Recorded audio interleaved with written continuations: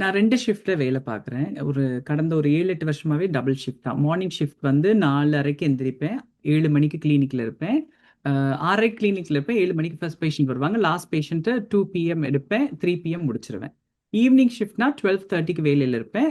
9 பிஎம்க்கு முடிப்பேன். So morning shift இருந்துச்சுன்னா, as I set 4:30க்கு எந்திரிச்சிருவேன்.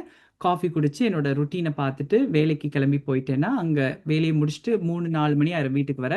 வந்தேன்னா கொஞ்சம் சாப்பிட்டு கிப்ட்டு வீட்டு வேலையை கொஞ்சம் முடிச்சுட்டு 8 மணிக்கெல்லாம் படுக்க போயிருவேன். ஏன்னா 8 மணிக்கு படுத்தாதான் என்ன திருப்பி 4:30க்கு எந்திரிக்க முடியும். ஏன்னா எனக்கு 8 மணி நேரம் தூங்கணும், இல்லைன்னா அந்த நாள் ரொம்ப கஷ்டப்படுவேன் நான்.